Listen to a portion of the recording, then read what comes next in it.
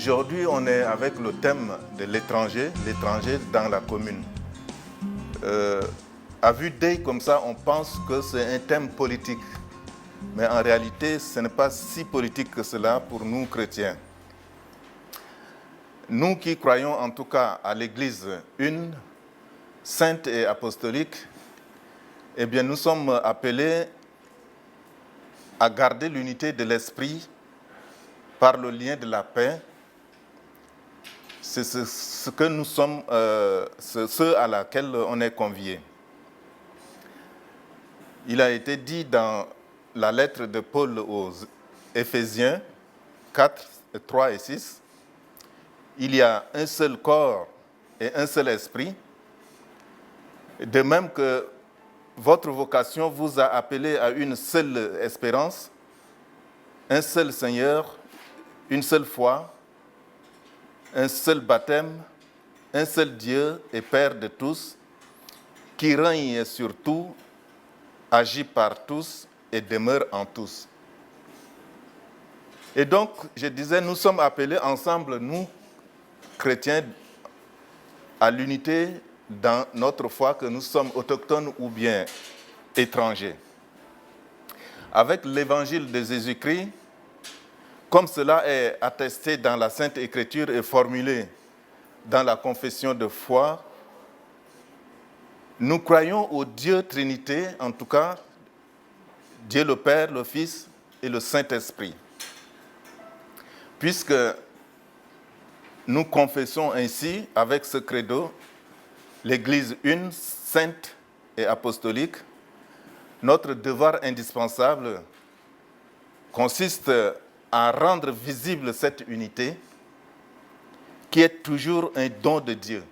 Mais comment alors faire pour rendre visible cette unité si on ne se parle pas, si on ne discute pas, qu'on soit étranger ou bien autochtone, peu importe, nous sommes tous des êtres humains. Et c'est vrai aussi, comme on a vu le jeudi passé, les différences de vue, tout comme les malentendus et les incompréhensions qui sont de toute façon inévitables, peuvent en tout cas surgir à tout moment et dans toutes les communautés, même entre les autochtones aussi. Ce n'est pas que les autochtones sont contre les étrangers ou bien ce n'est pas que les étrangers ne s'intègrent pas, mais ce sont des choses qui arrivent. Et malheureusement, ça nous empêche encore de collaborer véritablement ensemble. Mais ce sont des choses que, à mon avis, ne doivent pas, en tout cas, nous empêcher de rendre visible l'unité de notre foi. C'est ça l'essentiel. Jésus-Christ sur la croix nous a révélé son amour et le mystère de la réconciliation. À sa suite, donc, nous voulons faire, en tout cas nous, au niveau de l'Église évangélique Action Lumière, nous voulons faire de tout notre possible pour surmonter les problèmes et les obstacles qui peuvent arriver et qui arrivent malheureusement quand 2-3 personnes se trouvent. Heureusement que même si des problèmes existent, le Seigneur est aussi avec nous. C'est pour cela que nous nous sommes engagés dans ces séries de conférences. Et il est question aujourd'hui de nous pencher sur ce que c'est qu'étranger dans une commune. Qu'est-ce que nous attendons de la commune qui nous accueille? Qu'est-ce que nous pouvons apporter de mieux? Et qu'est-ce qu'on peut attendre de ceux qui nous ont accueillis déjà, qui ont fait déjà l'effort nécessaire de nous accueillir? Mais là, on va constater que, et puis nous allons commencer, je donne déjà le tempo, par voir d'abord dans la Bible, parce que nous sommes réunis ici, quand même en tant que chrétiens, qu'est-ce que Dieu nous dit à travers la Bible, que ce soit dans l'Ancien ou bien le Nouveau Testament. On va voir que la figure de l'étranger est très présente dans la parole de Dieu. Le but était de ne pas se culpabiliser ou bien de lancer la pierre à qui que ce soit, mais de s'interroger véritablement sur le rôle positif que nous pouvons apporter, mais également peut-être d'interpeller aussi, tout en remerciant déjà ceux qui nous ont accueillis, qu'en tant qu'étrangers, peut-être que nous avons des difficultés, mais qu'on ne nous demande pas de manger notre gombo en fermant nos fenêtres. On a besoin quand même de s'ouvrir et on a besoin que, même si notre gombo avec des condiments locaux, ça sent mauvais, il faudrait quand même... C'est ça notre identité, malheureusement, on a transporté ça ici. Donc on ne peut pas nous demander de nous débarrasser de cela avant de nous intégrer. Voilà. Donc, après que je vais demander à la pasteur, je vais lui laisser la parole, de faire une prière et puis on va commencer.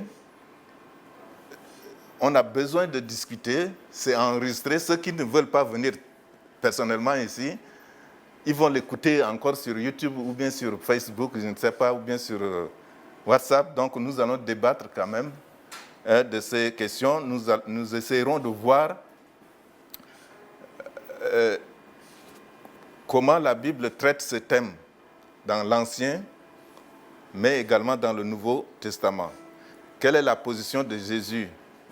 Et maintenant, arriver sur nous, appliquer concrètement, qu'est-ce que nous, on peut, comment est-ce qu'on peut traduire cela? L'idée n'est pas tellement de dire que je suis étranger. Nous autres, on a fait déjà longtemps ici. On a fait un effort, même si biologiquement parlant, on n'a pas pris la couleur locale. On a quand même pris la couleur locale, culturellement parlant déjà. Voilà. Merci et je demanderai à la pasteur Dorcas de nous conduire dans la prière et après quoi, je reviendrai prendre la parole pour ouvrir vraiment notre débat. Alors, merci.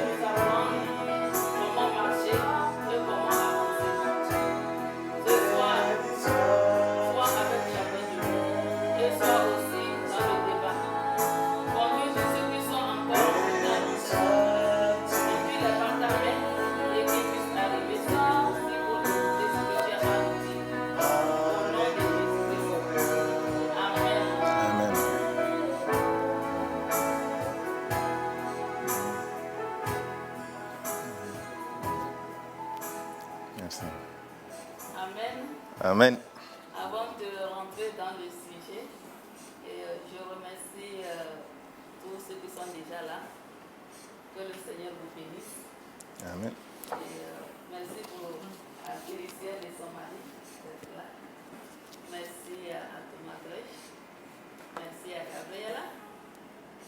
Merci beaucoup d'être là. Merci à Daniel Berger. Merci pour ta présence. Il a fait tellement des kilomètres, des centaines de kilomètres pour être au milieu de nous. Donc, il travaille avec la mission MSD à Fruitier. Merci à notre frère Elias d'être là. Merci aussi à nos musiciens. Que le Seigneur vous bénisse et vous fortifie aussi. Merci à Papa Isaac pour tous tes efforts. Que le Seigneur vous bénisse. Donc, je laisse la parole à mon frère pour continuer. Merci. Merci, pasteur. Voilà, nous voici maintenant au début de notre discussion, qui est un thème à première vue banal, mais il y a beaucoup de choses de fond qui sont là-dedans. Lorsque, avec la pasteur Dorcas, nous préparions ce thème, et moi, de mes recherches théologiques, je suis arrivé tout de suite à détecter que le thème de l'étranger est vraiment une exigence éthique dans la Bible, que ce soit dans l'Ancien et le Nouveau Testament. On a une exigence éthique. Alors pour nous, c'est de nous poser la question, comment est-ce que concrètement, certaines attitudes de Jésus s'étaient passées il y a 2000 ans maintenant, mais aujourd'hui, en quoi est-ce que moi, ça peut m'être utile dans mon attitude ou bien dans le fait que je suis dans ce milieu, de manière à pouvoir appliquer, en tant que chrétien déjà, appliquer cette recommandation de Jésus. Alors, ce soir, c'est des choses qu'on aimerait débattre de manière échangée entre nous, de manière à ce qu'au moins, en tout cas moi personnellement, j'ai envie de sortir d'ici en retenant quelque chose d'essentiel qui puisse non seulement me permettre encore de me guider, de me comporter déjà dans le milieu où je vis, mais il se trouve que j'ai aussi des enfants et je suis un père de famille, donc ça me permettra également de pouvoir utiliser ces principes dans la conduite de ma famille. J'avais dit que c'est une exigence éthique, bien sûr, mais c'est très facile ou bien c'est très vague de dire que c'est une exigence éthique. Alors j'ai poussé un peu plus loin pour savoir que disent exactement les Écritures. Et c'est ainsi que j'ai remarqué que dans l'Ancien Testament, tout comme dans le Nouveau, il y avait une évolution quand même. Non seulement on parle de l'étranger, mais il y a une évolution de l'attitude préconisée, que ce soit dans l'Ancien ou le Nouveau Testament, face à l'arrivée d'un immigré. Et donc, ça me satisfait dans la mesure où, en tant qu'étranger, je me pose des questions, mais en lisant déjà, j'ai dit, mais ce problème, de toute façon, ce n'est pas aujourd'hui. Ça s'est posé déjà depuis longtemps. Depuis, en tout cas, que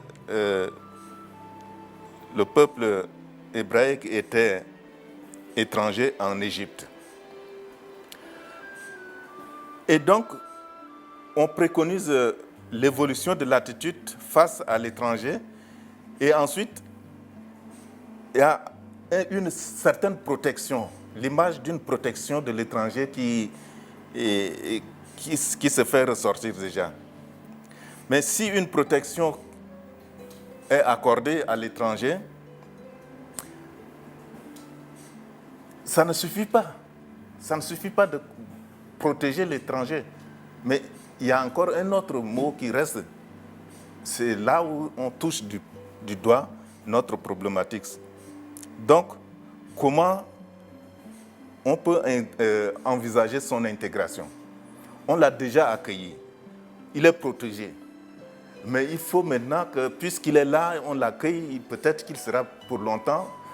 Moi, quand j'ai déposé ma valise à Genève le 9 octobre 1992, je pensais que peut-être au bout de 3-4 mois, je vais repartir au Tchad.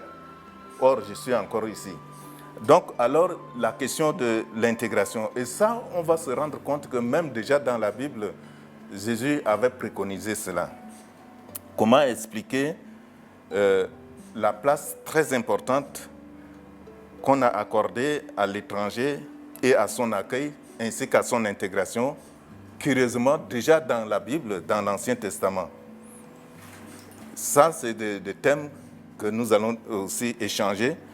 Et je serais vraiment très curieux de voir comment est-ce que nous, en tant que chrétiens déjà, qui évoluons chacun de son côté, aujourd'hui on se retrouve avec nos expériences différentes des uns des autres, comment est-ce qu'on peut confronter toutes ces expériences pour faire des échanges. Et c'est là aussi ce qu'il faut retenir, c'est que la place qui a été accordée à l'étranger dans l'Ancien Testament, et notamment dans les lois qui le concernent en tout cas, cette place est due au fait qu'Israël lui-même a été immigré en Égypte, comme je disais tout à l'heure. Abraham est d'ailleurs présenté comme un Araménien, errant, descendu en Égypte pour y séjourner en tant qu'immigré. Et là, on le trouve dans Deutéronome 26, 5, comme ça. Donc, alors, si nous, on est errés, on est là, on est en tant qu'immigrés, mais qu'est-ce qui va se passer par la suite maintenant? Et dans la traduction moderne de la Bible, qui peut être appliquée maintenant aujourd'hui, on a vu, il y a des choses horribles qui se passent quand on regarde du côté de Lampedusa, ou bien avec des bateaux qui sont bloqués pendant des années en pleine mer, tout ça. C'était très étrange. Mais ce que moi j'ai remarqué dans la préparation de ce thème, c'est que le terme étranger renvoie déjà le plus souvent, d'ailleurs, à deux mots on peut trouver dans la Bible. Il y a le mot nokri, le mot hébreu nokri, et puis le mot guerre. Ces deux mots couvrent deux niveaux différents de relations avec l'Israël. Nokri et guerre. Guerre, c'est-à-dire G-E-R, et nokri, c'est N-O-K-R-I. Une traduction en français pour faire comprendre, mais sinon ce sont des termes hébraïques. Nokri, et c'est là où c'est très intéressant, c'est un étranger au sens large du terme. C'est un voyageur, en tout cas un négociant, qui est plus ou moins fortuné, mais généralement fortuné, indépendant déjà. Il n'a avec l'Israël que des rapports temporaires. Ça, c'est une première des figures dans la Bible qui traite déjà de l'étranger. C'est-à-dire, on le dit, ça c'est un nokri. Donc, lui, il est étranger. Il peut compter sur les coutumes d'hospitalité, bien sûr, mais il n'est pas soumis à la loi et n'est pas non plus protégé par la loi. Ça, c'est la première catégorie de l'étranger. Évidemment, nous qui sommes ici en tant que réfugiés, en tant que demandeurs d'asile ou bien en tant qu'immigrés pour le travail, nous ne sommes pas classés dans la catégorie de nokri, mais nous sommes dans la catégorie de gère. Et pour cela, il faut aller un peu plus loin. Nous lisons dans Deutéronome toujours que l'on peut prêter avec intérêt à un étranger dans la mesure où c'est un étranger nokri. Et il a été écrit que tu ne feras à ton frère aucun prêt à intérêt, ni prêt d'argent, ni prêt de nourriture, qui puisse rapporter des intérêts. À un étranger nokri, là, tu prêteras des prêts à intérêt. Ça, c'est recommandé dans Deutéronome. Et s'il ne veut pas rembourser, eh bien, on fait pression sur lui afin qu'il rembourse. Ça, c'est le nokri. Mais le guerre, l'étranger qui est appelé guerre dans la Bible, en tout cas, lui, c'est un immigré installé en Israël, en tout cas. C'est le réfugié. Il est chassé de son pays, il demande la protection d'une communauté. Son statut semble être aussi celui d'un serviteur, sans ressources, et là, c'est là où c'est déjà intéressant, sans défense, on le trouve souvent associé à la veuve et à l'orphelin. La figure de veuve et l'orphelin au temps de Jésus, c'est quand même une figure assez... c'est le pan le plus faible de la société. Et donc, on compare l'étranger à cette figure-là. Pour une petite histoire, quand on est veuve, par exemple, à cette époque, on ne peut même pas rester en justice. Il faut avoir un fils aîné, majeur, pour agir en justice pour toi.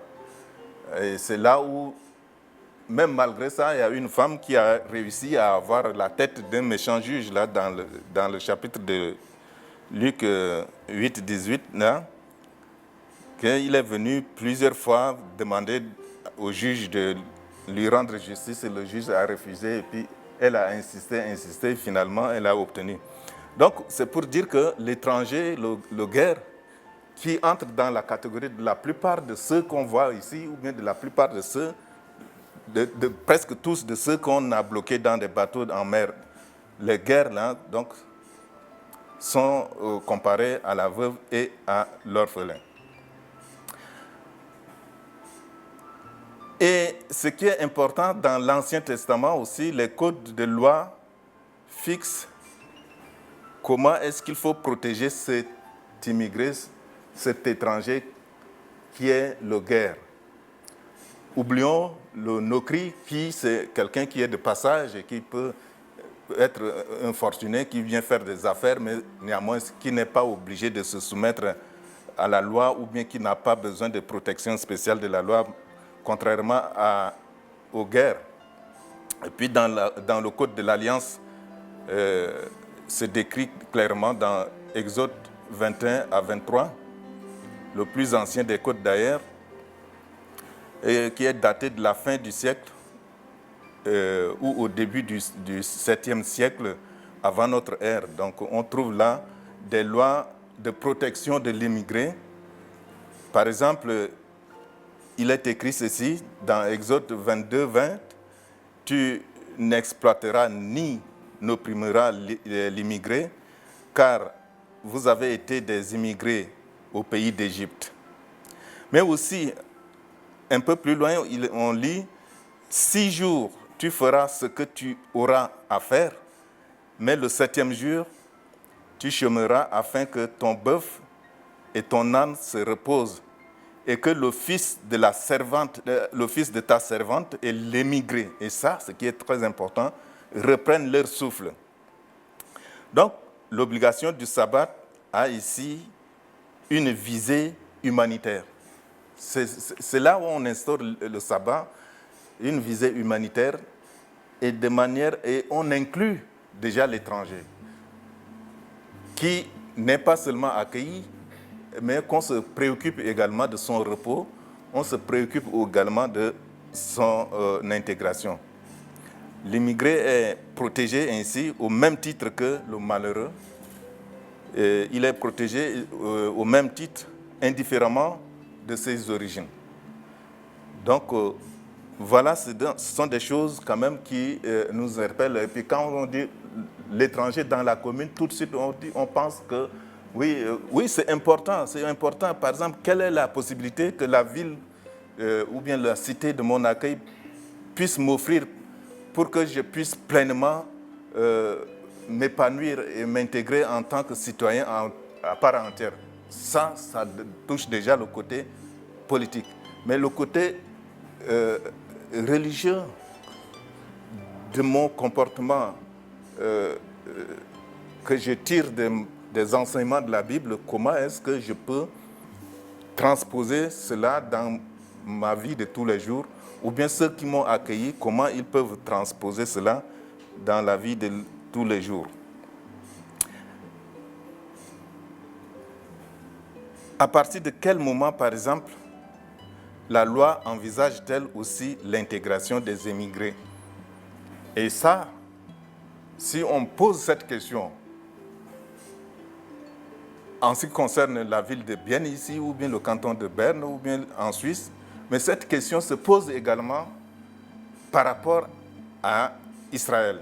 C'est-à-dire que avant notre ère, au 7e, 8e siècle avant notre ère, on se pose déjà la question, à partir de quel moment la loi pourrait-elle être envisagée pour l'intégration des immigrés?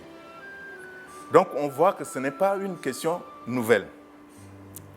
La loi de sainteté, par exemple, détaillée dans le Lévitique, le chapitre 17, depuis le chapitre 17 jusqu'à 26 de Lévitique, cette loi, je pense que c'était vraiment fait d'abord dans la préoccupation de l'accueil et de la possibilité à offrir à l'étranger de pouvoir s'intégrer. Le peuple a connu l'exil, c'est-à-dire on est parti du fait que le peuple d'Israël, le peuple hébreu, a connu l'exil. Et maintenant, il cherche à marquer sa différence vis-à-vis des Babyloniens. Donc la loi de sainteté montre une vraie volonté d'intégration. Et c'est là aussi, nous, étrangers, on doit prendre ça en compte. Pas seulement que rester pour nous permettre d'avoir tout ce qu'il faut pour pouvoir s'intégrer, mais il faut aussi chercher soi-même à s'interroger parce que l'effort d'intégration est aussi attendu de nous, tout comme le peuple d'Israël, quand il était à l'étranger, il a été dit qu'il a fourni un effort particulier de pouvoir s'intégrer, tout en soulignant la différence, bien sûr, entre indigènes et l'immigré, et une différence qu'il convient de gommer, mais qui existe quand même. C'est pourquoi il a été dit ici, une seule législation pour l'indigène et l'immigré. Et là, c'est très important.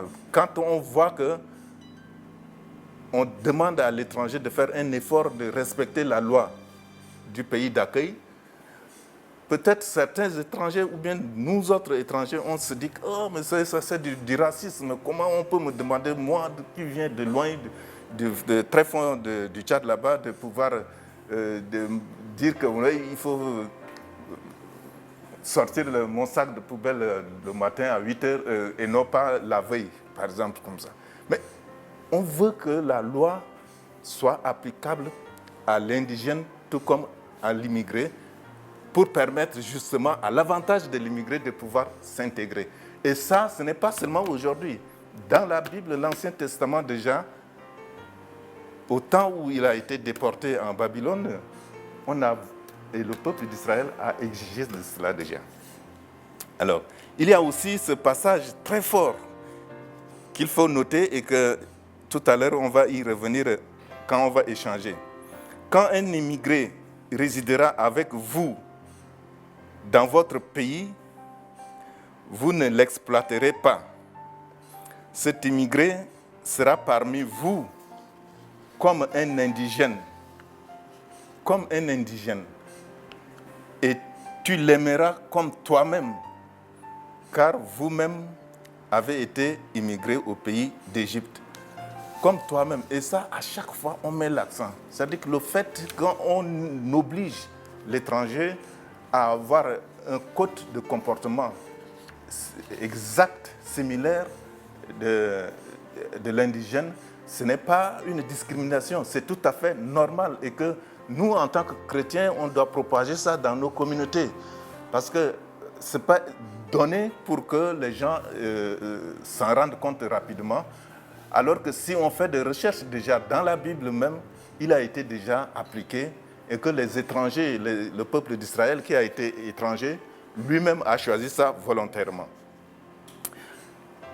Voilà, entre autres déjà, je pense qu'on peut s'éterniser sur ça, mais le plus important, c'est de dire que voilà, maintenant nous sommes ici pour discuter, échanger sur le thème qui se dit l'étranger dans la commune.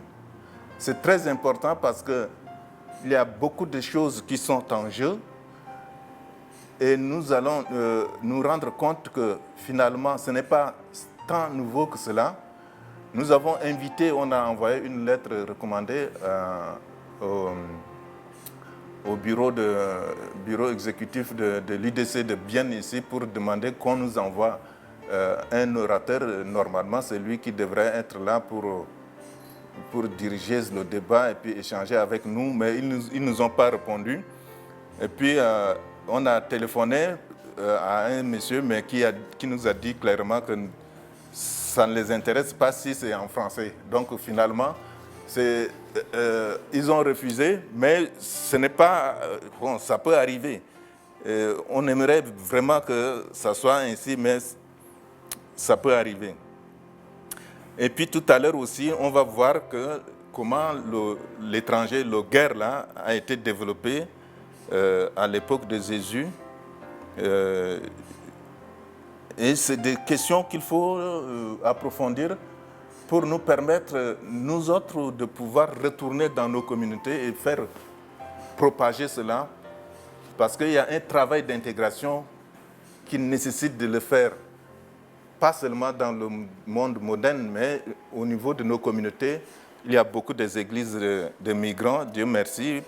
Cette vitalité est là et nous voulons aussi utiliser ce canal-là pour pouvoir faire passer des messages, parce que très souvent, on fait passer des messages tronqués ou bien des messages qui n'est pas à sa place et ça nous crée des problèmes dans la mesure où la plupart de nous autres étrangers, on pense que c'est une attitude discriminatoire vis-à-vis de nous. Et puis les autochtones, les indigènes qui ont déjà fait beaucoup d'efforts pour nous accueillir déjà, pensent que nous manquons de reconnaissance ou bien il y a quelque chose que nous ne sommes pas intégrables. Mais je pense que si on va avec la démarche qui a été déjà diffusée dans la Bible, on peut très bien réussir à trouver des solutions pour dire que si on me reproche cette attitude, ce n'est pas forcément parce que la personne qui m'a reproché est un raciste. Non, c'est tout simplement parce que même déjà au temps de l'Ancien Testament, on voudrait que l'étranger puisse quand même agir sous la bannière de la même loi, de même comportement, parce que ça fait du bien à lui-même, parce que c'est un moyen, c'est un canal par lequel il peut s'intégrer. Voilà, mes chers amis, quelques mots, non pas un exposé déjà tout fait comme ça, mais les pistes de notre discussion tout à l'heure. Et sentez-vous libre de prendre la parole et puis de donner votre point de vue. Et ça va être très important pour nous de pouvoir ressortir ici avec un enseignement, des échanges positifs qui puissent nous permettre de faire un travail d'intégration parmi nos communautés respectives. Je vous remercie.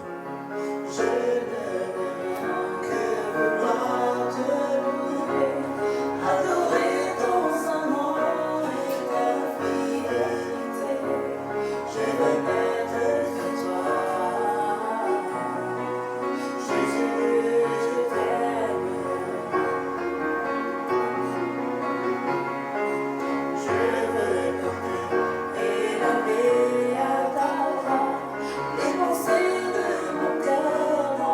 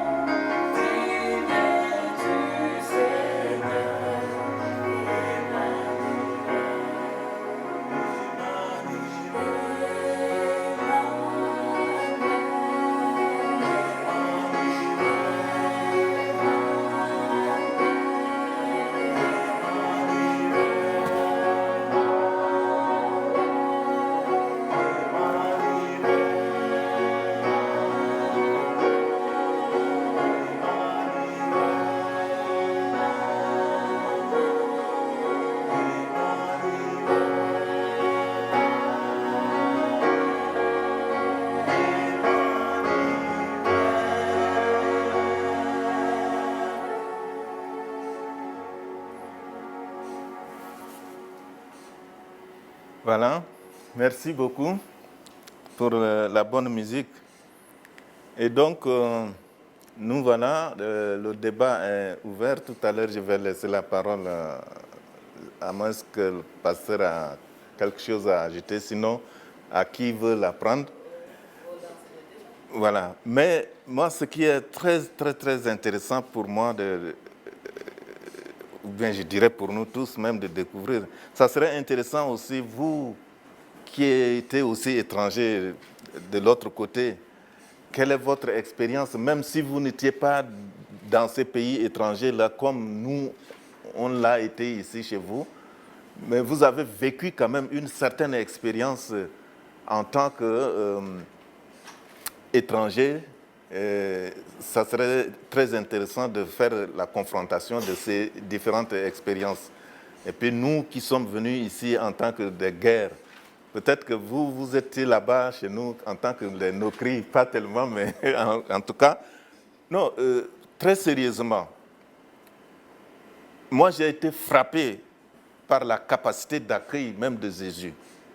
Parce que dans mes recherches, j'ai constaté, et vous l'avez constaté également, ce n'est pas nouveau, que le premier miracle de Jésus, c'était destiné à un étranger. C'est-à-dire que c'est la guérison du serviteur d'un centurion. Le centurion romain, donc quand vous lisez dans Matthieu 8, 5 à 13. Or, il faut savoir qu'à l'époque, les Romains, en tant qu'occupants, étaient très détestés.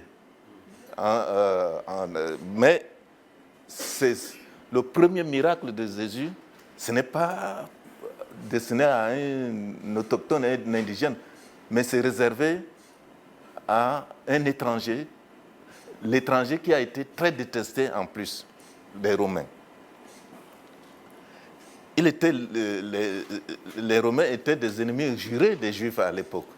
Donc, c'était tout ça, et c'est pour nous de faire la confrontation de ces différentes situations qui n'est pas comme un fleuve tranquille où la rivière y coule pour aller atteindre la mer. Il y a des hauts et des bas par-ci, par-là, mais la volonté était de chercher comment faire pour que moi je puisse déjà faire un effort d'intégration à partir de la parole de Dieu. Alors, oui. Sinon, oui. Permettez-moi, avant de toucher les autres questions dont tu as parlé tout à l'heure, là, oui. J'aimerais d'abord dire merci beaucoup à tout le travail que Pasteur Michelot a fait par rapport à regarder ce que les Écritures, l'Ancien Testament en particulier, dit. Et j'aurais d'abord une petite question peut-être de clarification dans le même sens. Est-ce qu'il y a, c'est ça ma question, est-ce qu'il y a, quand on regarde dans la Bible et on cherche les versets qui parlent sur le thème de l'étranger, est-ce qu'il y a des messages, des exhortations qui s'adressent d'un côté à l'étranger lui-même? Et est-ce qu'il y a aussi des messages ou des conseils ou des exigences qui ne s'adressent pas à l'étranger, qui vient pour s'intégrer aussi en tant qu'immigrant, mais plutôt à l'autochtone? Oui. Alors, lesquels sont les messages pour les... Est-ce que c'est le même message? Je ne pense pas. Quelle différence y a-t-il? Voilà. Concrètement, je n'ai pas vu de message direct qui s'adresse comme ça, mot à mot, comme conduite à l'étranger. Mais il y avait un état d'esprit ou bien la description de ce qu'on attend de l'étranger. C'est d'une manière indirecte, on fait comprendre clairement qu'en tant qu'étranger, on est appelé à respecter les lois du pays dans lequel on est accueilli. Mais dans l'Ancien Testament, par exemple, dans la Bible, dans le livre des Juges, eh bien, on ne le dit pas de manière ouverte, mais on laisse, c'est-à-dire que pour quelqu'un qui prend la Bible, qui lit comme ça, ne peut pas voir tout de suite, mais nous qui avons mis un peu de temps pour faire l'exégèse, et puis voir encore l'écriture derrière le mur, on a vu ce qu'on demande à l'étranger de faire, c'est d'avoir l'attitude, ça peut paraître étonnant, mais quand même c'est ça, l'attitude de Yaël, dans le livre des Juges. C'est la femme de Kénit, c'est un étranger, mais qui a permis à mettre fin à la guerre entre les troupes de Sisera, les troupes ennemies, et les troupes de Barak, qui a été envoyée par Déborah. Et parce que Yaël, cette femme étrangère, une attitude qu'elle a adoptée a permis de mettre fin à la guerre. Et on présente la figure de Yaël, même si elle a tué le général Sisera, on lui présente comme une attitude positive que tout étranger peut adopter pour aider. Par exemple, moi, si je suis ici et que la Suisse est attaquée dans une guerre, là, on voit indirectement qu'il y a une recommandation à agir comme Yaël avait fait. Elle a attiré le général Sisera sous sa tente, elle lui a donné de lait à boire, mais elle a mis fin à sa vie, et dès l'instant où elle a mis fin à sa vie, la guerre a pris fin aussi, et Yaël a été chantée par Déborah pour finir déjà, avant de passer à l'appel de Gédéon. Donc là, c'est le chapitre 5 du Juge. Si on lit avec un œil en background, on peut trouver l'attitude, en tout cas le comportement qu'on attend d'un étranger. Dans ce qu'on attend de l'indigène, là l'exemple, il y en a partout. Il y en a partout, et on va toujours du fait que le peuple d'Israël lui-même a été étranger. Et donc, on attend de l'indigène d'accueillir l'étranger et de faire un effort d'intégration vis-à-vis de cet étranger, c'est-à-dire que de ne pas faire des lois différentes pour l'étranger et puis pour les autochtones, mais de faire en sorte que l'étranger comme l'indigène soient soumis à la même loi. Et Jésus aussi avait dit, donc on a aussi décrit et puis on attend non, je reviens encore, l'attitude, ce qu'on attend de l'autre, de l'étranger, je reviens encore parce que j'ai oublié un aspect important. Le Samaritain, le bon Samaritain, ce monsieur-là qui a été battu, dépouillé et laissé pour mort, en cours de route sur le bord du chemin, c'est un juif. Les gens, ses propres frères passaient, mais c'est un étranger, un Samaritain qui était venu, il lui avait fait ce qu'il a fait là. Et donc on attend aussi de l'étranger d'avoir cette attitude-là. Jésus aussi avait dit que j'étais étranger, vous m'avez accueilli. J'étais malade, j'ai faim, vous m'avez donné à manger. Et ça aussi, on ne le dit pas directement comme ça, mais ce sont des symboles. Et puis, à partir de là, on attend à ce que, naturellement, on l'applique. Et donc, ça revient régulièrement, que ce soit dans le Deutéronome, que ce soit dans le Lévitique, le Code de la morale, l'éthique aussi. C'est que, souvenez-vous, vous avez vous aussi été étranger. Par conséquent, si vous avez des étrangers chez vous, eh bien, vous devez vous souvenir de ce que vous avez vous-même vécu quand vous étiez à l'étranger. Mais tout n'est pas rose. En tout cas, quelque part, on a mis encore en garde pour dire que, attention, si tu introduis l'étranger chez toi, tu risques ben, je n'ai pas bien saisi, donc je préfère ne pas y revenir tout de suite, mais dans le débat, peut-être que je vais encore y revenir. Voilà, donc ce sont des attitudes décrites clairement dans la Bible qui invitent à un certain comportement éthique. C'est de l'éthique qu'on parle ici. C'est de l'éthique, ça part de la loi, que ce soit l'exploitation de l'étranger, il ne faut pas l'exploiter. Que ce soit le repos, il faut toi-même, tu te donnes un jour de repos afin que ta maison se repose et par conséquent l'étranger se repose également.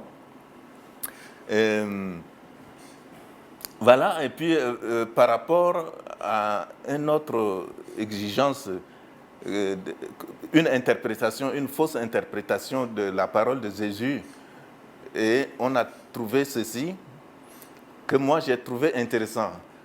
Jésus qui avait dit que qui de nous ici ne peut pas aller chercher son âne qui est tombé dans un puits le dimanche. C'est pour éviter de dire que non, ben, on peut aussi travailler le dimanche. Mais dans l'exigence, dans l'exégèse de cette parole qu'on avait faite, on avait dit d'accord, on respecte cela et que c'est vrai. Si ton âne est tombé dans un puits le dimanche, c'est tout à fait normal que tu ailles le chercher le dimanche. Tu ne peux pas le laisser crever là. Parce que l'âne, c'est important pour toi. Ça sert à faire beaucoup de corvées. Donc, c'est important. Mais ce qui est intéressant, maintenant, on a dit que oui. Mais si ton âne s'amuse à tomber dans un puits chaque dimanche, eh bien, soit il faut fermer le puits ou bien il faut vendre cet âne. Mais il ne faut pas le laisser tomber chaque fois dans le puits le dimanche. Vous voyez, ça, ce sont des attitudes comme ça dans la Bible, que ce soit l'Ancien et le Nouveau Testament, on attend de l'étranger. Voilà. Oui. Moi, j'aimerais aussi vous remercier pour votre exposé. Oui. Naturellement, en vous écoutant, il y a quelques questions qui ont surgi chez moi. Mm-hmm. La Suisse n'est pas un pays chrétien. Peut-être ça vous choque, mais c'est la réalité. Donc, si on part avec ces conditions-là, on pense que la Suisse est un pays chrétien, vous serez toujours déçus. Parce que la Suisse ne vous accueille pas comme les chrétiens devaient vous accueillir. Ça, c'est aussi critiquer à moi-même, à mon pays, à ma nation. Parce que, vous comprenez, j'aimerais un peu un cadre plus large dans le sens... Oui. Vous savez, nous sommes chrétiens, je dirais, nous comprenons tout à fait votre langage, nous comprenons tout ce que vous avez aussi, avec soin, avez présenté. Seulement, si vous êtes ici, vous donnez un conseil à un fidèle qui se présente devant les autorités, naturellement, c'est mal vu si lui il prend la Bible pour dire « moi j'ai droit à ça et ça et ça et ça ». Vous me comprenez? Parce que la Bible, pour peut-être celui qui vous accueille dans l'immigration, il va se moquer peut-être. Il va peut-être dire « ça ne me regarde pas ». Il faut aussi savoir une chose, c'est très délicat. On voit qu'en Allemagne, par exemple, ceux qui veulent vraiment prendre la charia pour dire on a droit à ça et ça et ça et ça, ils sont pas du tout bien vus. Vous me comprenez? Moi aussi, je n'aime pas qu'ils viennent comme ça avec leur charia pour imposer une autre loi. Et je pense, en Occident, on est très sensible à ça. On ne peut pas leur exiger une autre loi. On doit se soumettre à la loi locale pour ne pas avoir trop de déception. Vous me comprenez dans ce sens, je dis. Tout à fait. Si nous sommes chrétiens, on comprend, voilà, ça c'est une éthique chrétienne, comme vous l'avez dit, qui me plaît. Aussi le Samaritain, c'est louable comment il réagit. Moi j'aime bien, il est un modèle pour moi. Et je suis un peu gêné quelquefois parce que moi je n'ai pas réagi comme lui. Vous comprenez? Dans ce cadre-là, il y a des sensibilités auxquelles il faut aussi peut-être il faut aussi enseigner les fidèles dans vos églises, dans nos églises, pourquoi l'Occident réagit comme ça. Vous me comprenez? Absolument. Je suis d'accord avec l'éthique que vous avez proposée, très d'accord même. Mais faites attention quand vous venez avec une loi mosaïque, qui est bonne d'ailleurs, mais que le Suisse moyen va mal réagir. Vous me comprenez? Exactement. Voilà. Oui. Justement, pour répondre à ce que tu viens de dire, et c'est très pertinent, merci pour l'avoir souligné. Tout à l'heure, je disais que dans la Bible, on fait comme on met les signaux de signalisation routière là. Il y en a à chaque passage de la Bible. Donc, quitte à celui qui lit la Bible, qui l'interprète. Je m'en vais pour la question précise que tu viens d'exposer. Je m'en vais prendre l'exemple de cette païenne, cette femme païenne, là, syro-phénicienne, qui est décrite très bien dans Marc 7, 24 à 30. Elle a demandé à Jésus de chasser le démon hors de sa fille. Il lui dit, et puis Jésus lui avait répondu ceci. Et c'est très dur. Mais pourquoi ce passage? Ce passage dit que... Qu'est-ce qu'il lui a répondu? Il a dit, laisse d'abord les enfants se rassasier, car il n'est pas bien de prendre le pain des enfants pour le jeter aux petits chiens. Ça, c'est la parole de Jésus qui adressée à une étrangère qui est venue lui demander un service. C'est très fort. Et la réponse de la femme, c'était de quoi? Et c'est là où c'est très intéressant maintenant.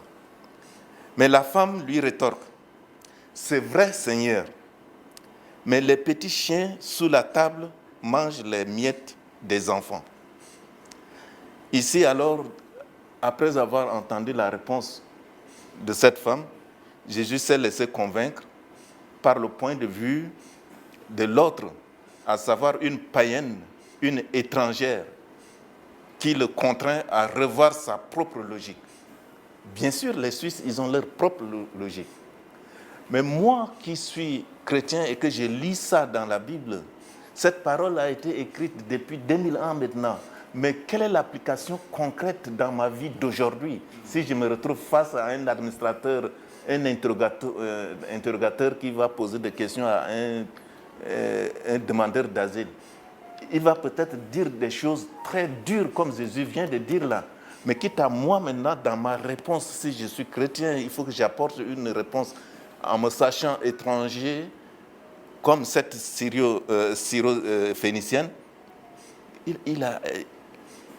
Elle a réussi par une parole à convaincre Jésus. Hein? Elle n'a pas cherché à le contrarier. Mais elle a dit oui, d'accord, bien sûr, mais sous la table de l'enfant, hein, elle peut manger quand même les miettes qui sont tombées. Voilà. Alors donc Jésus a finalement réalisé qu'il n'a pas seulement été envoyé pour Israël, mais pour tous les peuples, y compris pour les chiens maintenant, l'image là. Donc, face à un Suisse qui a des paroles dures, il faudrait d'abord, moi, en tant que chrétien, je puisse m'inspirer de ma force de la parole dans la Bible, comme par exemple cet exemple-là, pour amener ce Suisse-là à pouvoir faire, non pas changer de logique, mais faire évoluer. Hein? Au départ, Jésus a refusé. Mais après la réponse de la femme, eh bien, il a changé, il a fait évoluer sa logique et il a compris que voilà, il n'est pas venu seulement pour les Juifs, mais pour sauver le monde entier. Et donc finalement, Jésus s'est laissé convaincre par le point de vue de l'autre. Donc il faut amener le point de vue, mais il ne faut pas amener la Bible comme ça. Même la Bible, c'était brut, mais l'interprétation, et l'interprétation, c'est vraiment dans notre parole. Si on est chrétien, on peut toujours trouver des ressources de force pour pouvoir convaincre, sinon amener l'autre à faire évoluer sa logique. Oui. Moi, comme chrétien, Oui. la Bible, elle m'enseigne, tu aimeras ton prochain comme toi-même, et puis fais aux autres ce que tu voudrais qu'ils te fassent. Oui. Vous avez beaucoup parlé de l'étranger. Aujourd'hui, on n'est pas dans une situation de l'étranger, mais des étrangers, c'est la migration. Et c'est très compliqué. Et ma femme est beaucoup impliquée dans la migration, et je peux vous dire qu'en Suisse, la migration, c'est un business. Oui. Et il y a certaines communautés qui arrivent à encadrer leurs concitoyens pour que ça marche dans le système, puis il y en a d'autres, ils n'arrivent pas. L'histoire des sacs poubelles à 7 h du matin, c'est vrai que c'est complètement idiot, mais si on explique aux gens que dans les villes, il y a des renards, qu'il y a des blaireaux, puis que pendant la nuit, ils vont claquer ces sacs, ou bien il y a des fêtards qui donnent des coups de pied dedans, puis qui les éclatent, puis après le matin, c'est les cantonniers qui doivent nettoyer. Voilà. C'est comme mettre des cadenas à une poubelle. Ouais. Mais il faut être aussi fou qu'un Suisse. Mais on explique à ces gens que non, c'est pas ça. C'est qu'il y a des tricheurs. Il y en a, ils ne veulent pas payer leurs déchets. Alors ils les mettent dans les poubelles. C'est pour ça qu'on les ferme. Voilà. Et vous avez parlé des Hébreux. Ils sont partis de l'Égypte parce qu'ils étaient exploités. Tous les peuples sont exploités. Ici, dans la montagne que vous avez là-haut, c'est la montagne de Bougeant, il y a 2 hôpitaux militaires, puis il y a 3 arsenaux équipés qui sont prêts à fonctionner. C'est des étrangers qui les ont creusés. C'est des Italiens avec le permis saisonnier. Quand ils ont fini de creuser, sur la liste, ils n'avaient plus le droit de venir en Suisse. Mais les communautés italiennes, espagnoles, portugaises, aujourd'hui, ils ont encadré leurs membres. Les 3e générations, c'est des gens qui sont au top de la société. Et je pense que les migrants, ils doivent, ceux qui ont l'expérience, qui ont vécu, ils doivent s'impliquer dans la vie civique. Et puis, comme vous avez dit, ils doivent entourer ceux qui arrivent, puis leur expliquer la façon de faire. Après, ça marche. Le gombo, c'est très bon, moi j'en mange beaucoup. Mais il faut expliquer que quand vous êtes en Afrique, vous le cuisinez dehors. Donc les odeurs, elles passent. Quand vous êtes enfermé dans un bloc, dans une petite cuisine, puis que tout est fermé, c'est clair que l'odeur, elle dure des semaines. Mais il faut leur expliquer. Ben oui, oui. Je voulais relever, le gombo ne sent pas mauvais. Non, c'est pas le gombo. Il a une autre odeur. Ça veut dire que ça sent mauvais. Il y a des autres condiments. Oui. Oui. Et comment on va du côté de Burundi ou bien avec l'esprit Swahili? Comment tu arrives à jongler là dans Moutier déjà même? Non, c'est un peu difficile, comme il l'a dit Daniel Berger, les autres. C'est vrai que l'étranger, bibliquement, il faut l'accueillir, que ce soit dans l'Ancien Testament, dans le Nouveau Testament. Jésus même a dit qu'il faut accueillir. J'étais chez vous comme étranger, m'avait accueilli. Il y a des droits, il y a aussi des devoirs. Et ce qu'il a dit là, c'est ça. Oui. Quand tu arrives dans une maison, tu dois te soumettre. Il y a des choses qu'il faut faire, il y a des choses qu'il ne faut pas faire. Il y a ce qu'il faut toucher, ce qu'il ne faut pas toucher. Mais il faut apprendre. Il faut que celui qui a été là apprenne. Et nous devons jouer ce rôle-là, d'apprendre surtout à ces nouveaux arrivants comment s'y prendre. Et vous avez relevé quelque chose aussi d'important que, oui, il est vrai que l'étranger peut venir. Les enfants d'Israël étaient en Égypte, qui sont répartis. Oui, ils sont répartis, mais pourquoi ils sont répartis? Parce qu'ils étaient beaucoup plus frappés en Égypte, que Dieu a vu la souffrance, c'est vrai. Mais aujourd'hui, je pense qu'il y a une autre question que nous, les étrangers, nous devons nous poser. Qu'est-ce qu'on est en train de faire ici? Est-ce qu'il faut, il faut qu'on soit seulement ici en Europe? C'est là qu'on doit seulement être.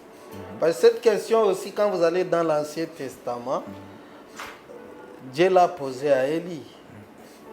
Qu'est-ce que tu es en train de faire? L'emplacement, en tant que chrétien. Ils viennent, il y a des chrétiens, il y a aussi ceux qui ne sont pas chrétiens, il y a aussi ceux qui ont fait des conneries, qui continuent à faire même ici, continuent à vendre la drogue, ils continuent à faire... Oui, il y a des tolérances qu'on ne peut pas tolérer, surtout dans des pays où il a dit d'ailleurs, la Suisse est un pays laïque, et beaucoup de pays européens sont laïcs, ils ne sont pas chrétiens. Il ne faut pas, avec sa chrétienté ou sa vision, sa culture, vouloir venir imposer des choses ici. Je ne pense pas que ce soit bien. Mais en tant que chrétien, il y a cette question que je me la pose aussi. Oui, oui. Est-ce qu'il faut que c'est la place qu'il faut que je sois? Parce que tout le monde pense qu'il faut seulement venir ici. Mais on vient pour faire quoi? Est-ce qu'il faut être là en tant que chrétien? C'est très important de nos jours de se poser cette question. Si on n'a rien fait, c'est pourquoi il y a beaucoup de problèmes. Et ça, c'est un signe. Quand on remarque qu'il y a beaucoup de problèmes là où tu es, ça, c'est un signe que tu n'es pas au bon endroit. Il faut penser à y retourner ou continuer sa route. Oui, au lieu de faire des problèmes, c'est créer soi-même des problèmes. Ok. Voilà ma contribution que je voulais. Merci. Oui. Merci. Mais je voulais on poser prend- quand même la question de comprendre qu'est-ce que c'est être chrétien. Parce qu'on parle, il y a des chrétiens, il y a des non-chrétiens. Moi, je comprends Jésus comme un messager qui est venu faire le pont de l'ensemble. De l'ensemble, oui. Hein, le chrétien, on nous donne des codes, des outils. Mais j'ai l'impression qu'il y aura un monde où on n'aura plus la Bible, où on aura les lois inscrites dans nos cellules. On saura exactement ce qu'il faut faire. Être chrétien, c'est quoi? Ce qu'il dit là tout à l'heure est très important. Et la dame Finici, ou je ne sais pas qui, là, comment elle a réagi. C'est vraiment pour démontrer que Jésus, c'est un jeu qu'on fait. Jésus parle à cette femme des miettes et tout ça. Mais symboliquement, ça veut dire qu'il est quand même le maître de l'ensemble des lois. Les lois, elles sont une, il n'y en a pas deux des mauvais. C'est l'amour que Jésus veut apporter, la compréhension. Moi, je crois. Et dire chrétien et pas chrétien, ouais, le chrétienté, qu'est-ce que c'est? C'est l'humanisation de l'être humain dans sa chair, de nous. L'être humain qui est à l'état bestial, qui ne connaissait pas la loi divine et tout ça. Jésus est venu souffler la vérité, la vie. Je crois, moi, c'est comme ça que je me perçois. Je voulais encore dire, quand il a parlé ici, est-ce que je suis au bon endroit, etc. Oui. En Suisse, on a toujours cru que les étrangers, ils venaient puis ils repartaient. Et c'est vrai que longtemps, ils venaient, ils se formaient, puis après, ils repartaient. Et puis maintenant, les étrangers, ils viennent et ils restent. Et les Suisses, on traite légalement, selon la loi, les Suisses et les étrangers, ils sont au même niveau. Et le problème, c'est qu'aujourd'hui, on n'a plus de sous dans les caisses de l'État, que ce soit la Confédération, que ce soit les cantons ou que ce soit la commune, et l'UDC qui n'a pas voulu venir, parce que l'UDC, c'est aussi son marché, la migration. Il peut dire, il n'y a plus de sous, il nous coûte trop cher, etc. Moi, j'ai un exemple d'un migrant qui a l'âge de ma maman. Ma maman, elle touche moins que lui parce que lui, il est au social. Et parce qu'il est au social, il ne paye pas d'impôts. Et ma maman, elle paye des impôts. Alors, si l'UDC entend ça, ils vont remonter. Et c'est ça aussi qu'il faut arriver à comprendre. Qu'on est dans une situation où la Suisse, elle est dépassée. Hein? Maintenant, on est en train d'essayer de trouver des trucs, des combines, puis on dit, bon, les gens doivent travailler plus longtemps, on va moins donner de rente, etc., etc. Puis ceux qui n'arrivent pas, ben, ils gueulent sur qui? Voilà. Sur l'étranger, parce que celui qui est étranger, il a toujours tort. Même s'il a raison, il a tort. Les temps ont changé. Les temps ont changé, oui. Il fait un temps où la Suisse a créé, tout le monde voulait même. Oui, oui, mais maintenant, c'est plus quoi faire. Mais aujourd'hui, oui. Puis après, on ouvre des centres, puis après, ils ne sont pas remplis, donc on doit les refermer. Et c'est là qu'il y a un business aussi qui n'est pas chrétien. Il y a des gens qui gagnent des fortunes sur la migration. Pas sur le migrant lui-même, mais sur le système, sur l'ensemble. Ils font des activités qui sont des activités bout de bois. Il y a beaucoup de doublons. Voilà. Tout ça, Exactement. Et ça, par exemple, moi, j'ai envie de dire aux Suisses qu'il ne faut pas qu'ils se gênent de cela. Parce que moi, en tant que chercheur, j'avais vu ça aussi dans... Cette inquiétude-là a été traitée aussi dans la Bible. Hein. D'abord, l'intégration. Concernant l'intégration des étrangers ou bien leur accès à la citoyenneté. Les mêmes préoccupations qui reviennent sur le tapis aujourd'hui, ça a été aussi dans le temps traité dans la Bible, dans l'Ancien Testament. Donc, moi, qui avait la chance de pouvoir accéder à cela, je comprends, mais le comportement d'un individu isolé comme ça est différent de ce comportement de ce même individu dans une communauté. Et ça, c'est un travail que nous sommes en train de le faire, on va le faire, parce que, en fin de compte, nous avons des enfants ici, nous, on va partir, et nos enfants vont rester ici. Qu'est-ce que cette préoccupation, comment on a traité dans la Bible? On a pensé à un moment dire que on peut réussir l'intégration par le biais du mariage. Et entendez-vous bien, sur le mariage, par exemple, il faut lire dans le livre de Ruth, qui raconte comment une étrangère moabite a été intégrée par le mariage à Israël. Et cette femme-là, elle plaide aussi pour une ouverture universelle. Ça, c'est bien beau.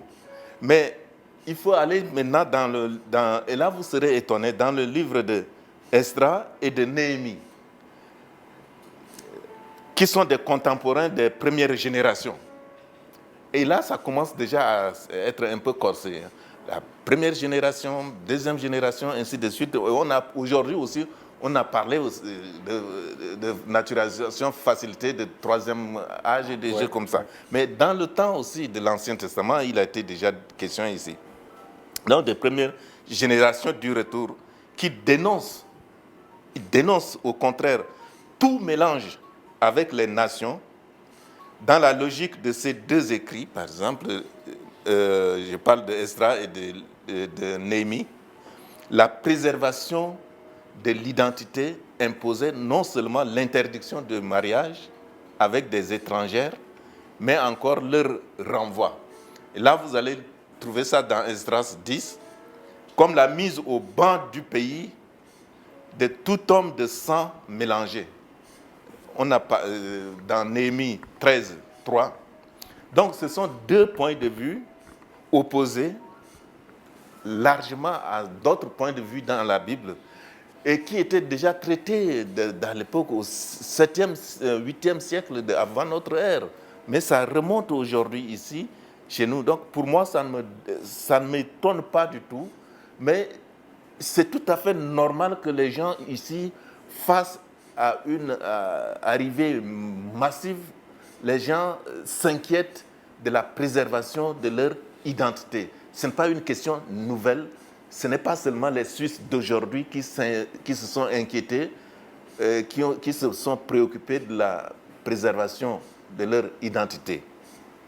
Donc, seulement, on se pose la question aujourd'hui, et c'est très facile de le dire que voilà, est-ce que les immigrés sont considérés comme une menace?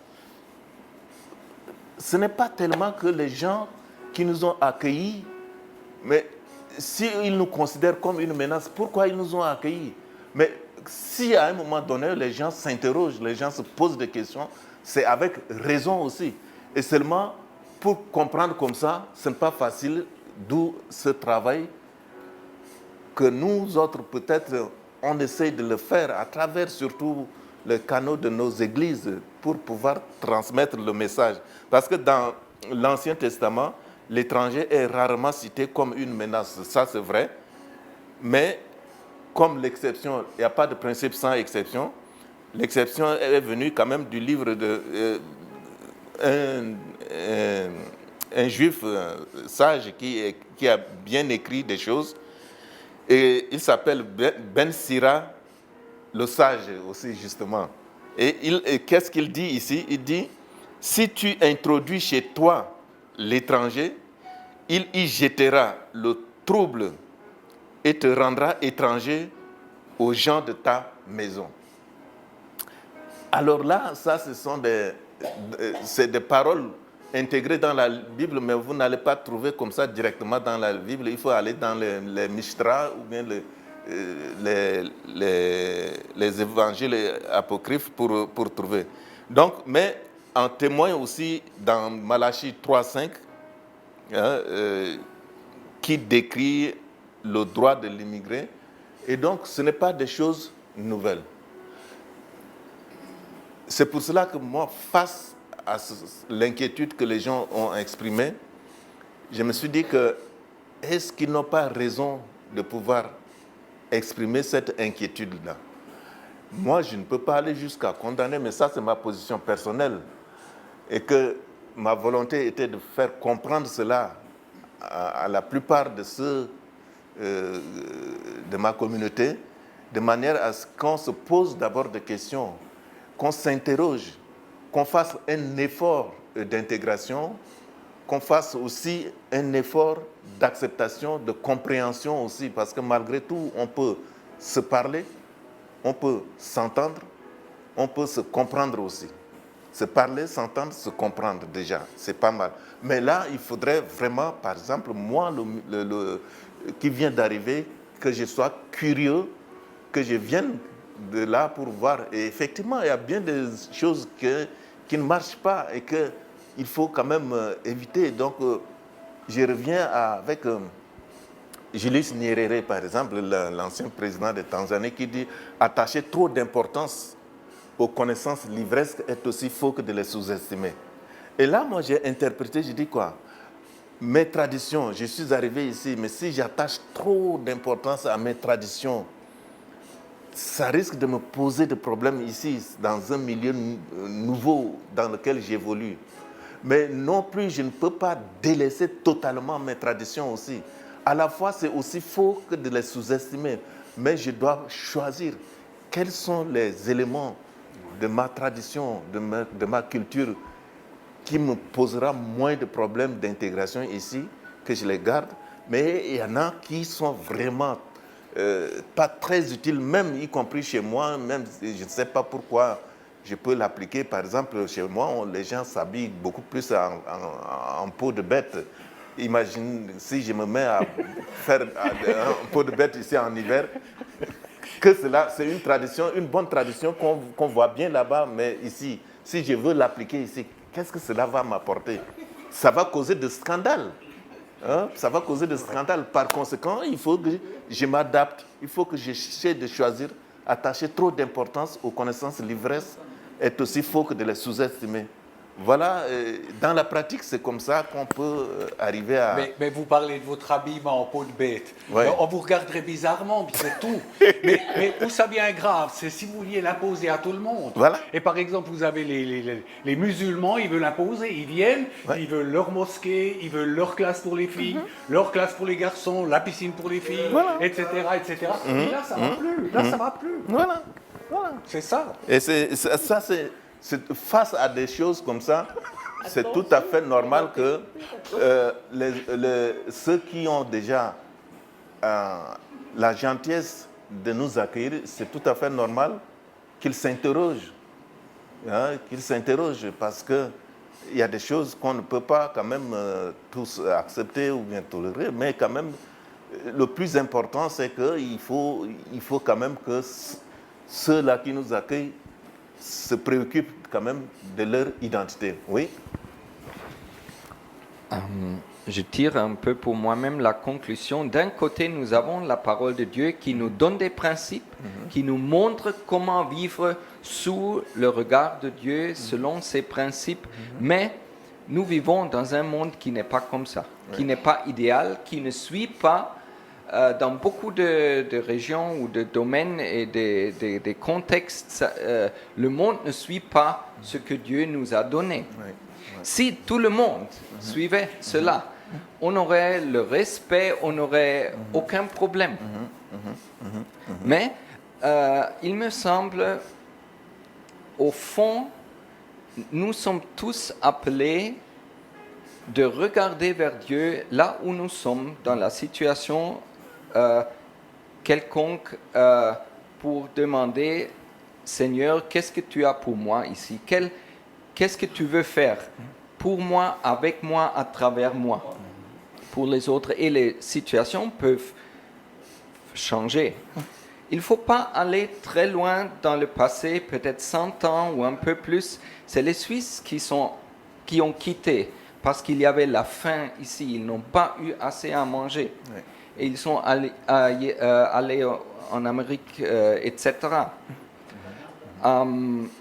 Peut-être il y a quelques-uns, dans beaucoup de pays, on a bien accueilli les Européens ou les Occidentaux à cause de leur savoir, etc. Mais moi, je constate maintenant il y a de plus en plus de pays à l'extérieur de l'Occident qui commencent à fermer, à ne plus donner les visas comme avant. On te crée des problèmes en tant qu'Européen si tu veux voyager ici ou là. Tous pour dire les situations changent. Et nous n'avons pas finalement le contrôle sur ça. Mais je crois que ce que Dieu nous appelle à faire, c'est de lui poser cette question. Qu'est-ce que tu veux de moi là où je suis maintenant? Si peut-être dans 5 ans, dans 10 ans, je serai dans une toute autre situation. Bon, qui sait? Mais de nouveau, il faut aussi en ce moment poser la même question. Dieu, qu'est-ce que tu as comme plan pour ma situation? Je veux te suivre. Okay. Merci. On a besoin de 2 minutes d'intermède musical et puis ça va nous amener à 20h40 et puis on va utiliser les 20 dernières minutes pour nous pencher un peu de l'application concrète pour notre vie d'aujourd'hui maintenant. Musique, s'il vous plaît.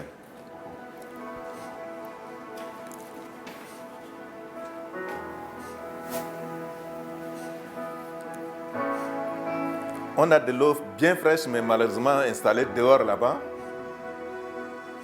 Alors,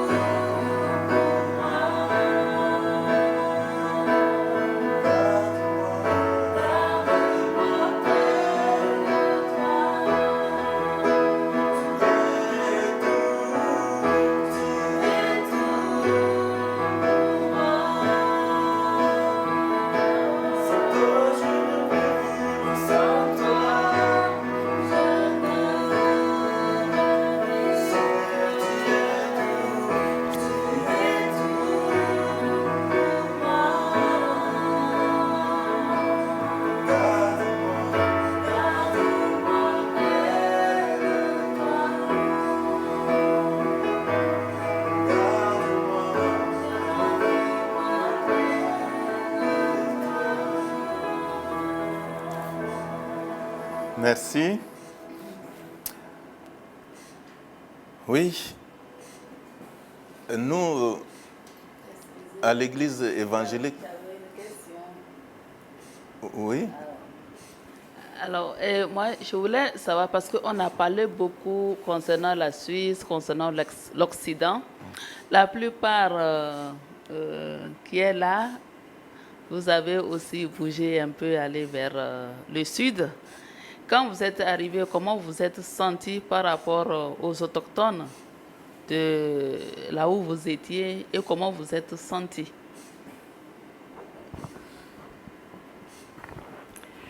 Alors moi, je peux dire que j'ai été très bien accueillie.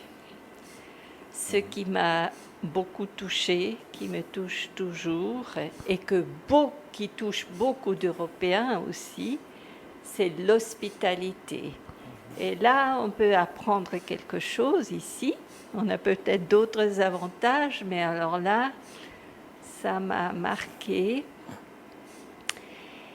Et oui, malheureusement, j'ai été mieux accueillie que ce que je vois parfois ici, dans l'autre sens. Alors, il y a des choses à apprendre les uns des autres, je pense, et c'est enrichissant. En tout cas, j'ai des bons souvenirs. J'ai été en Afrique de l'Ouest pendant quelques années. Il faut expliquer ça. Oui, j'ai vécu là-bas, j'ai travaillé là-bas. On était un bureau mélangé, donc plusieurs nations. Et puis, ouais, ça a été une expérience très intéressante, enrichissante. Okay. Merci. C'est clair, nous sommes des êtres humains, nous sommes des êtres relationnels. Et je pense en Europe, on est plutôt un peu pauvre dans les relations. Je veux dire, en Afrique, il y a beaucoup de chaleur aussi dans les relations. Moi, j'étais accueilli et j'ai des amis encore après 20 ans de retour déjà. Mais les amitiés sont restées. Ça, c'est précieux. Ça, c'est vraiment très chouette. Et comme vous avez dit, on peut beaucoup apprendre de nos frères du Sud et d'autres régions. Mais ce que je dois aussi dire, on a aussi fait la queue pour avoir une carte de séjour. On est aussi revenu maintes fois au bureau et on a aussi lutté pour que nos ouvriers puissent avoir leur petite allocation familiale, etc. On a aussi fait la queue. Vous comprenez, il ne faut pas se fatiguer. Je sais qu'en Europe, c'est quelquefois aussi une humiliation aussi de devoir être... de revenir le lendemain, etc., etc., et de persévérer. Mais je pense, au niveau relationnel, moi j'ai beaucoup apprécié et j'ai beaucoup appris aussi. Et nos enfants sont en partie nés en Afrique et ils aiment toujours l'Afrique. Voilà. Merci. Moi j'ai voilà. La démarche qui est la nôtre au niveau de l'Église Action Lumière, c'est que nous souhaitons et nous voulons tout simplement suivre l'exhortation apostolique de la lettre aux Éphésiens et à faire des efforts avec persévérance pour une compréhension mutuelle en vue d'une collaboration et action commune pour l'annonce de la bonne nouvelle du salut en Christ. C'est bien beau de proclamer comme ça, mais nous sommes conscients également que, comme tu l'avais dit au début, cette parole qui est lumineuse, mais aujourd'hui, dans son application concrète sur le terrain, quand tu la prends comme ça, brute, mais on va dire qu'il est devenu fou, celui-là. Alors, notre volonté était de faire des efforts pour interpréter les textes, non pas dans le sens de la charia, mais interpréter la Bible de manière à ce qu'elle soit un outil utile pour nous, qui puisse nous permettre déjà de dire merci. Merci pourquoi? Parce que nous avons été étrangers et vous nous avez accueillis. Ensuite, pour dire que puisque on nous a offert du toit à manger, on se chauffe quand même en hiver, on a des habits, on a nos enfants qui sont à l'école, tout ça. Il faut être reconnaissant à cela et faire un travail qui puisse nous amener à ajuster notre attitude, nos habitudes, de manière à ce qu'on ne redevienne pas ingrat en nous accrochant à notre tradition qui ne nous avantage pas. C'est pour cela que nous pensons que ça serait très important pour nous de pouvoir organiser des séances comme ça. La première fois, nous avons parlé de briser les barrières de la différence parce que nous pensons que, bien sûr que les êtres humains sont différents les uns des autres. Il ne s'agit pas de gommer la différence, mais de briser la barrière qui empêche de collaborer. Et la différence, il y en a aussi dans ce thème d'aujourd'hui, l'étranger. Ça vient, la racine du mot étranger, ça vient du mot quand même étrange. C'est quelque chose qu'on voit qui est différent. Mais cela ne nous empêche pas de pouvoir compter sur certaines attitudes de part et d'autre réciproquement pour pouvoir nous intégrer. Alors, pour finir avec les 10-15 minutes qui restent, par rapport à tout ce qu'on vient de dire et dans le concret, moi je constate qu'il y a beaucoup d'informations qui circulent à la radio, la presse, la télévision. Et est-ce que cela suffit pour moi, étranger, de pouvoir dire que voilà, on me dit que je n'ai qu'à me contenter de ce que j'ai reçu comme information déjà, ou bien est-ce que ça serait encore pas possible ou bien pas nécessaire d'avoir encore un outil de communication ciblé? Et si oui, comment est-ce que, en tant qu'étranger, vous pouvez me conseiller de pouvoir bénéficier de cet outil? Quel est cet outil de communication ciblée que je puisse avoir qui me permettra vraiment d'avoir une visibilité assez large pour dire que voilà, je suis quand même là, même si je suis noir, on me voit quand même, même dans l'obscurité, on me voit. Quand on discute avec nos frères, on a bien sûr, personne ne va vous dire le contraire, on a bien sûr le besoin de nous sentir pleinement citoyens de la cité de notre accueil. Mais il faut reconnaître qu'il y a aussi des difficultés. Comment est-ce que je peux avoir la volonté de mon action, c'est-à-dire la volonté d'agir de telle sorte que je puisse m'intégrer? J'ai constaté qu'on parle beaucoup au nom de l'étranger. Alors je me suis posé la question, est-ce que ça serait possible d'imaginer qu'on donne à l'étranger lui-même la possibilité de parler de lui?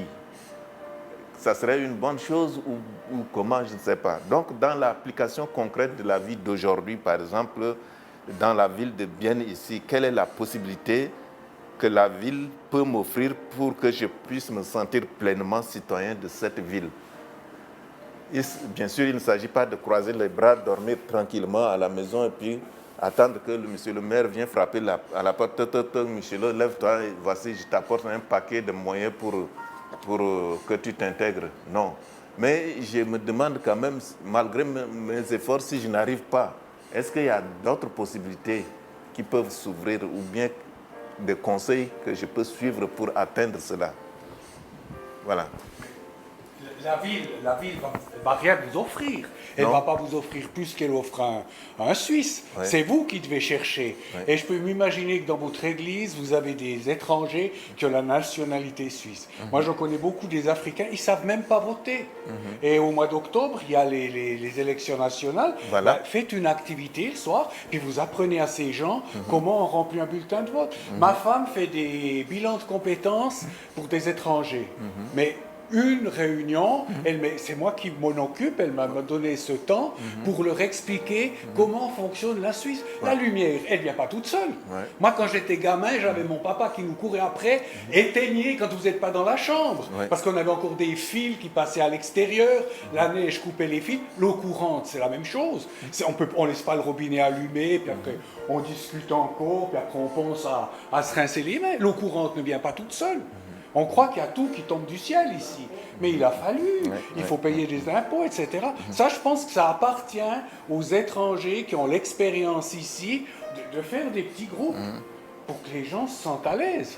Parce que tout seul, ça ne veut pas venir. La ville, elle va vous envoyer toute la documentation qu'il faut pour voter. Mais allez-y pour lire ça et pour le comprendre. Oui. Et puis j'aimerais ajouter que, ayant vécu à Vienne près de 30 ans, je sais que Vienne a mis beaucoup de choses en place pour l'éducation civique, multimondo. Il y a F qui s'occupe des femmes migrantes pour pouvoir multiplier, les enseigner sur l'éducation à l'école. Il y a beaucoup de choses qui se font, mais si eux s'intéressent pas beaucoup, ils s'intéressent plus aux affaires puisqu'ils doivent aussi s'occuper des leurs qui sont restés au pays, il faut travailler. Alors ils ne font pas des formations, ils font pas. Alors la ville met beaucoup d'argent sur place pour ce genre de choses et ils sont au courant. Moi j'ai remarqué puisque à un moment je m'occupais aussi de la migration. C'était difficile. Oui. Moi, je voulais dire aussi, dans l'église où je fréquente régulièrement, je leur dis souvent, vous avez des points très forts. Au niveau familial, par exemple. La famille en Afrique, les relations. Vous êtes très forts dans ces choses-là. Et les Suisses sont très faibles dans ça. Et je pense, vous aurez aussi de bonnes choses à donner aux Suisses. Vous comprenez? Votre chaleur, votre amitié, votre approche. Et je pense, n'ayez pas peur d'approcher les Suisses, de leur poser des questions. Peut-être de poser une fois la question, pourquoi vous mettez là un cadenas? Je ne sais pas. Je veux dire, poser des questions, les pourquoi, etc. Moi, je pense que c'est pas la Suisse officielle qui va faire ces efforts, mais je pense qu'on peut construire des ponts d'amitié avec les Suisses. Et moi, je suis sûr que vous avez la capacité de construire ces ponts-là. Il ne faut peut-être pas viser trop, mais commencer avec quelques voisins, peut-être à créer des amitiés. Moi, je suis sûr que ça va tout changer. Pour les Suisses, ça va changer, et pour vous aussi, ça va changer. Merci.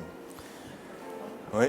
Je pense aussi que je voulais donner un élément là-dessus en suivant votre question. C'est une bonne initiative de s'affairer des affaires de la cité, de s'intéresser aux questions qui touchent les migrants ou les étrangers. Mais comme il l'a dit, c'est à se renseigner aux autorités autochtones des nouveautés parce que la Suisse a évolué et de donner l'information non seulement à ceux qui viennent, même à ceux qui sont au pays.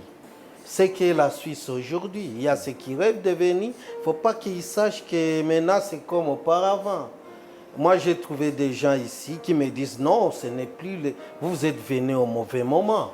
Nous, quand on est venus, c'était le mieux, c'était bien. Ils avaient des sous, ils ne travaillaient pas, ils ne se formaient pas. Parce que même si vous intégrez, dans l'intégration, il faut la formation. Est-ce qu'il y a des places d'apprentissage aujourd'hui pour apprendre à nos confrères? Donc la Suisse a changé. Il faut, en tant qu'Église, donner cette information. Et quel outil utiliser? Il faut les chercher, je pense. Il faut donner même des images. Il y a des gens qui voient des belles plages, les gens pensent que ici c'est le ciel. Et que quand ils arrivent ici, certains sont déçus. Ils gaspillent $10,000 pour arriver ici, alors que ces $10,000, ils pouvaient faire du business, du commerce là-bas. Alors je pense qu'en tant qu'Église, c'est ça la chrétienté. Il faut véhiculer tout ça aux gens pour qu'ils comprennent. Il faut leur dire la vérité. Oui. Merci. On donne encore à Félicienne la parole et puis... Je voulais dire par rapport à l'intégration, co-intégration suisse, on a fait beaucoup de travail dessus. De dire maintenant, on va faire que les Suisses viennent aussi à... Et on a engagé la ville, on dit, vous parlez seulement pour les étrangers, mais il faudrait aussi faire que les Suisses viennent vers, parce que c'est eux qui doivent accueillir aussi. Et c'était très difficile, mais on a fait beaucoup des après-midi, des soirées, et des Suisses très intégrés, mais qui ont des migrants et des Suisses aussi, et qui ont parlé, qui ont dit, mais vous avez une manière de vivre que je peux vous voir, vous dire bonjour, mais je ne peux pas vous fréquenter. Il y avait vraiment le dialogue. Merci. Merci beaucoup. Donc Voilà. c'est pour dire que le travail a été fait dans beaucoup de sens. Et il faut répéter, répéter, répéter. C'est épuisant. Oui. Merci beaucoup. Merci. C'était vraiment très riche. Je ne m'attendais pas à tout cela, mais j'ai découvert qu'on est parti beaucoup plus en profondeur que je ne l'espérais. C'est déjà pas mal, c'est grâce à Dieu. C'est vrai, on a besoin, en tant qu'étranger, on a besoin, par exemple, un outil de communication ciblé pour transmettre l'information, tel que le travail que Félicienne a fait, c'est fantastique, parce que l'information vient de toutes parts. Mais là, ce qu'elle fait, c'est qu'elle choisit le pan le plus ciblé, et donc ça permet quand même de toucher un public assez large. Au début, quand c'est ciblé comme ça, on peut arriver à des résultats. Ça, c'est le premier point de la conclusion auquel je suis arrivé. Deuxièmement, je pense qu'il ne faut pas se voiler la face. Moi, je ne joue pas l'Autriche. En tant qu'étranger aussi, je crois que nous avons vraiment beaucoup de faiblesses. Parce que des fois, il nous manque la volonté d'agir. Ou bien même si on a la volonté d'agir au départ, progressivement, on se laisse aller et puis ça disparaît. Et ça, c'est très important de souligner cela et qu'on va les uns vers les autres de leur faire comprendre. Parce que c'est vrai, malgré les bonnes volontés politiques, s'il n'y a pas vraiment une démarche de la part de l'étranger de pouvoir s'intégrer, on ne peut pas arriver à quelque chose. Par exemple, le cours de bilan de compétences. Si moi je ne fais pas, sachant des difficultés que j'ai, si je ne fais pas un effort pour aller, je ne peux pas, malgré toutes les bonnes volontés des autorités, ça ne peut pas marcher. Et donc ce côté-là, moi je pense qu'il y a le bas qui blesse, et puis on essaiera de continuer. Le mieux, c'est de ne pas se décourager. Nous sommes, par exemple, à l'étape de Churchill. Il faut continuer à arriver à Roosevelt. Pourquoi je dis ceci? Parce qu'avec le train à vapeur, quand il démarre, à la gare, on démarre, ça fait Churchill, Churchill, Churchill. Mais quand il atteint déjà la vitesse de croisière, ça fait Roosevelt, Roosevelt, Roosevelt, Roosevelt. Voilà. Donc, on est avec Churchill maintenant. Aidez-nous à mettre du charbon, Churchill, Churchill. Et puis, quand on va monter là, ça va venir Roosevelt, Roosevelt, là, ça serait bien. Et voilà. Dieu merci. Oui, maintenant, en tant qu'étranger, qu'est-ce qu'on va faire? C'est vrai, on a la volonté, il nous manque la volonté. Au début, on a cette ardeur, mais après, ça tombe. Alors, on s'est rappelé, avec la pasteur, au moment où on a préparé ça, on s'est rappelé de la parole de Jésus, le constat, ce n'est même pas sa parole, mais son constat. Quand il était à ce mariage, il a resté comme il a vu le monsieur, il a dit, mais tout homme sert le bon vin, et après que les gens s'enivrent, il sert le moins bon. Mais toi, comment tu as fait pour garder le bon vin du début jusqu'à la fin maintenant?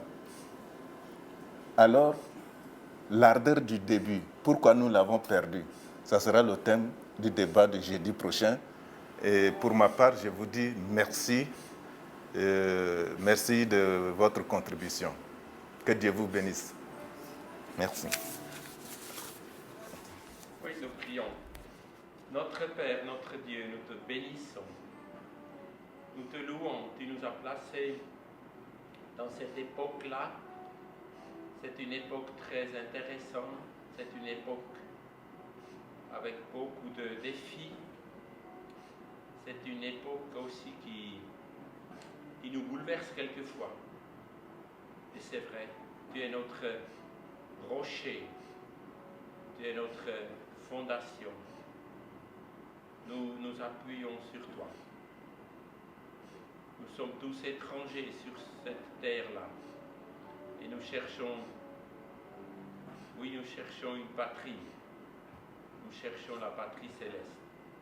Et c'est vrai, Seigneur, tu savais pourquoi tu nous as placés ici. Tu savais pourquoi tu nous as placés dans ce 21e siècle. Merci beaucoup. Et tu as dit, c'est votre foi qui triomphe de ce monde. C'est votre foi qui sera victorieux. Nous comptons sur toi, Seigneur. Tu sais où nous sommes peut-être affaiblis, tu sais où nous sommes découragés quelquefois, tu sais où il y a beaucoup trop de préjugés, beaucoup trop de discussions inutiles. Mais nous comptons sur toi, Seigneur. Merci pour les exemples dans ta parole qui nous encouragent. Merci pour ceux qui ont tenu le coup. Et merci, Seigneur, parce que tu nous as dit, tu vas nous garder jusqu'à la dernière heure. Et tu vas nous conduire dans la patrie céleste. Veille sur nous tous, veille sur chacun de nous. Et bénis aussi la nuit qui est devant nous. Bénis notre repos. Bénis aussi la suite. Et Seigneur, bénis aussi toute cette communauté qui vient de loin, cette communauté chrétienne, ces enfants de Dieu, ces enfants qui t'aiment. Bénis-les et mets-les en bénédiction pour les Suisses et pour l'Europe aussi. Seigneur, merci. Tu as choisi ceux qui sont faibles pour confondre les autres. Merci du continu. Merci Seigneur, nous l'avons vécu et nous l'avons vu.